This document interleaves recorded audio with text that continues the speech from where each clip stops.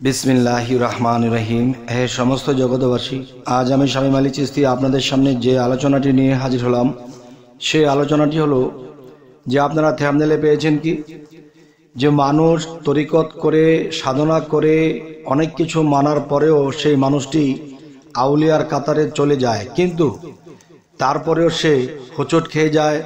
তারপরেও সে কি কয়, সে হোঁচট খেয়ে পড়ে আরও কিছু কারণ। সেটি হলো, দেখেন যে একটা মানুষ যখন মুর্শিদ ধরে, তো একটি কথা আছে, দেখেন যে মানুষ যখন হাদিস কোরআন বিভিন্ন কিছু পড়তে পড়তে একটা সময় কোনো আয়াতে বা কোনো হাদিসের ইঙ্গিতে রয়েছে যে ওস্তাদ লাগে কিংবা একজন মুর্শিদ লাগে।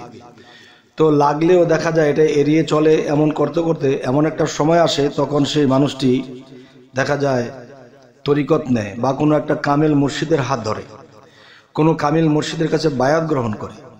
বায়াত গ্রহণ করার পরে তখন তার মধ্যে বিশ্বাস, ভক্তি, ভালো কিছুই দেখা যাচ্ছে। তখন সে বায়াত গ্রহণ করার পরে তার মুর্শিদ তাকে কর্ম, আমল, সাধনা দিয়েছে। দেওয়ার পর সেই ব্যক্তি যখন আস্তে আস্তে করতে শুরু করলো, ভিতরে প্রেম ভক্তি খুব ভালো, নম্র, ভদ্র এবং খারাপ থেকে দূরে থাকার চেষ্টা করে এবং টাইম টু টাইম সে সাধনা করে।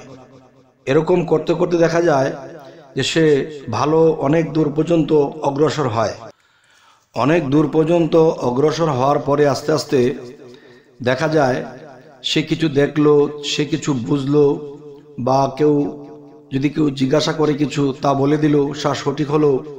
তো এরকম করতে করতে মানুষ তাকে মোটামুটি মারহাবা দিচ্ছে যে না, সে কিছু বললে হয়, বা সে নম্র, ভদ্র এবং খুব ভালো মানুষ।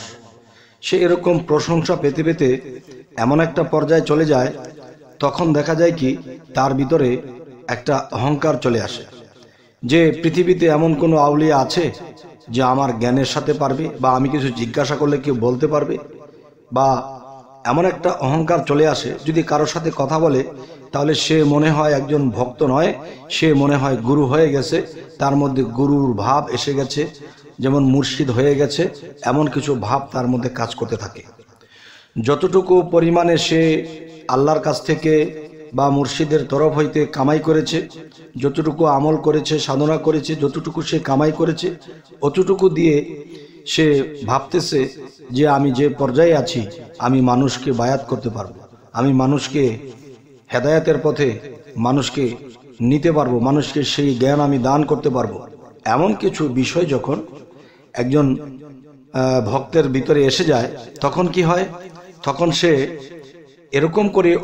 তখন সে এরকমভাবে অগ্রসর হতে থাকে। সে মুরব্বী হোক, মধ্যবয়সী হোক, বা সে আরো ছোট বয়সের হোক, যার সাথেই কথা বলে, সে কথার মধ্যে এমন একটা কিছু তাপ কাজ করে, এমন একটা পাওয়ার কাজ করে যে সে বললে তার কাছে সে ছাত্র হয়ে যাবে, শিষ্য হয়ে যাবে, এমন ভাব রেখে কথা বলে। কিন্তু দেখেন, যে কথাটি বলতে চাচ্ছি, যে এই মানুষটি একদিন কোনো অল্প জ্ঞানী মানুষের কাছে আটকা পড়ে যাবে। এই মানুষটি একদিন তার মুখ দিয়ে কথা বের হবে না। এই মানুষটি দেখা গেছে জায়গায় জায়গায় হোঁচট খাবে, এবং তার মধ্যে যে আমলের শক্তি কাজ করতো সেটাও দুর্বল হয়ে যাবে, এবং সে মানুষকে কিছু বললে হতো সেটাও বন্ধ হবে। এরকম করতে করতে তখন সে ওইসব নিয়ে চিন্তা করে যে আমি তো একটা পর্যায়ে চলে গেছি। তো তখন দেখা যায় এমন কিছু তরিকতের লোক, এমন কিছু সাধক ব্যক্তি, তাদের সাথে আলাপ করে, কিন্তু আলাপের মাধ্যমে সে জীবনে কি করেছিল, কোন কারামত করেছিল, সে কি দেখিয়েছিল, সে কি বলে দিয়েছিল, হয়ে গিয়েছিল, বা সে রুহানি জগতে কি পেয়েছে, এগুলো মানুষকে বলতে শুরু করে।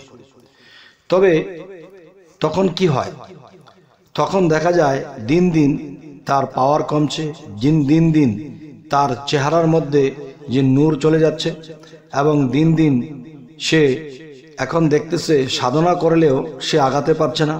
এখন দেখছে যে মানুষ তাকে অন্যভাবে দেখে, মানুষ তাকে আগে যেরকম ভালোবাসতো, তার কাছে ভিড়ত, এখন তেমন একটা ভিড়ে না, দূর দূর থাকে, এবং সে যতই আমল সাধনা করুক তখন আর কাজ হচ্ছে না। তখন সে অনুভব করে, কিরে, আমি তো এরকম ছিলাম না, আমি তো ভালো একটা পর্যায়ে চলে গেছিলাম।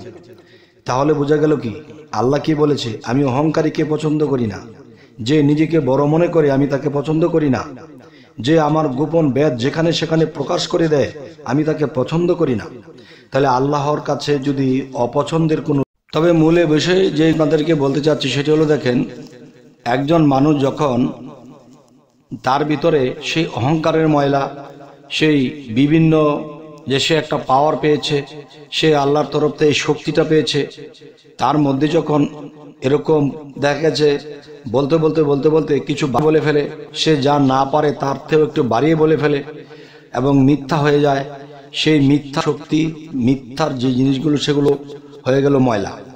আরেকটি ময়লা হলো অহংকারের ময়লা, আরেকটি হলো যে আমি এই পাওয়ারের শক্তির অধিকারী হয়েছি, এই ময়লা। মানুষকে ছোট করে দেখতে শুরু করেছে, এই এক ময়লা।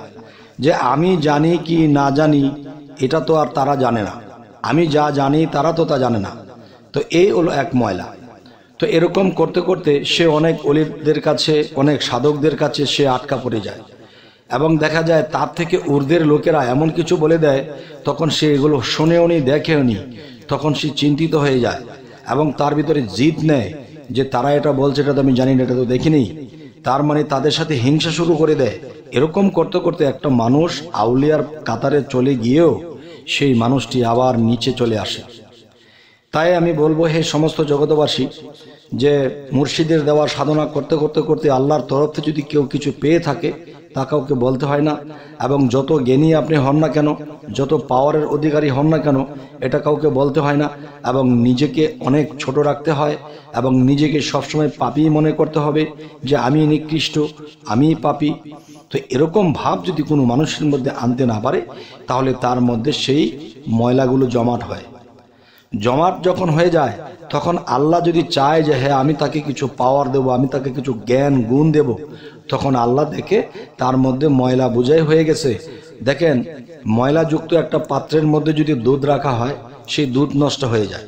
ঠিক আল্লাহ যদি চায় তাকে কিছু দেবে, তখন সেখানে ময়লা জমা হয়ে গেছে, সেখানে আল্লাহর ধনটাও নষ্ট হয়ে যাবে, তখন আল্লাহ তাকে দেওয়া বন্ধ করে দেয়।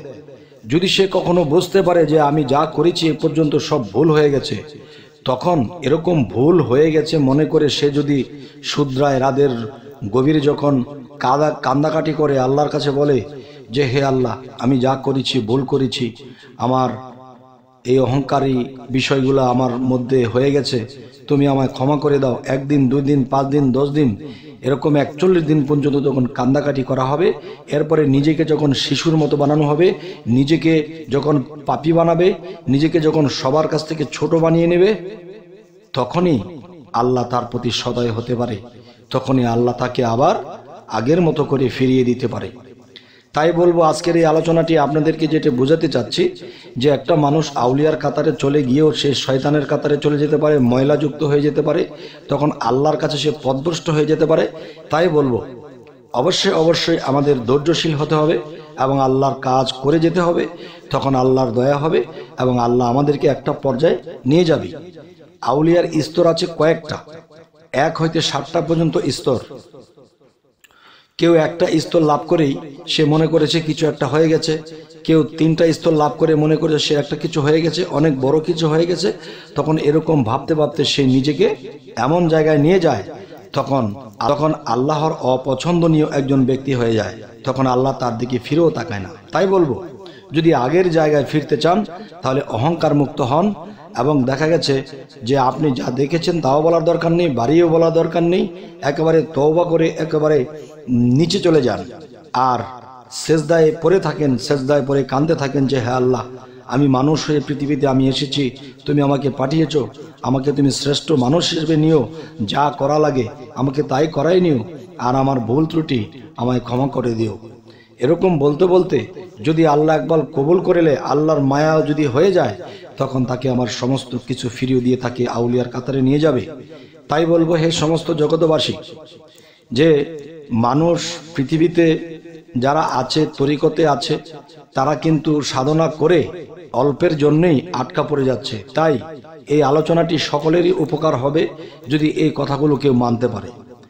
তবে হে সমস্ত জগতবাসী, আরো একটি বিষয় আমি বলবো, যে দেখেন, যে আমরা একটা কথা জেনে আছি যে আল্লাহ বলেছে হে রাসূল, আপনার হাতই আমার হাত। রাসূল বলেছে কি, আমার পরে আর নবী আসবে না, নবুয়াত খতম। এখন যারা পৃথিবীতে আছে তারা তার নিজের মুর্শিদকে যেন রাসূলের স্থান দেয়, আর রাসূলের স্থান যদি দেয় তাহলে সে আল্লাহর স্থান পেয়ে যাবে। তবে হে সমস্ত জগতবাসী, যে আমি আপনাদেরকে আজকে এই সতর্কবাণীগুলো দিলাম, তাহলে ইনশাল্লাহ এই পৃথিবী থেকে আউলিয়া হয়ে মৃত্যুবরণ করতে পারবেন ইনশাল্লাহ। অবশ্যই আপনাদের প্রতি এই কথাগুলো রাখলাম, আমার জন্য একটু দোয়া করবেন, যাতে আমি এখন আপনাদের সাথে কথা বলতেছি, আমি যে এখন ভালো আছি পরে হয়তো খারাপ হয়ে যাব না, এমনও তো হতে পারে যে আমার ভিতরে অহংকার এনে আমিও নষ্ট হয়ে যেতে পারি। তাই ওরকম যেন আমার জীবনে না হয়, আমার জন্য দোয়া করবেন। অবশ্যই আমাদের এই চ্যানেলটিকে সাবস্ক্রাইব করে রাখবেন, পরবর্তীতে যেন ভালো আলোচনা দিতে পারি। তো সকলে ভালো থাকবেন, আল্লাহ হাফিজ।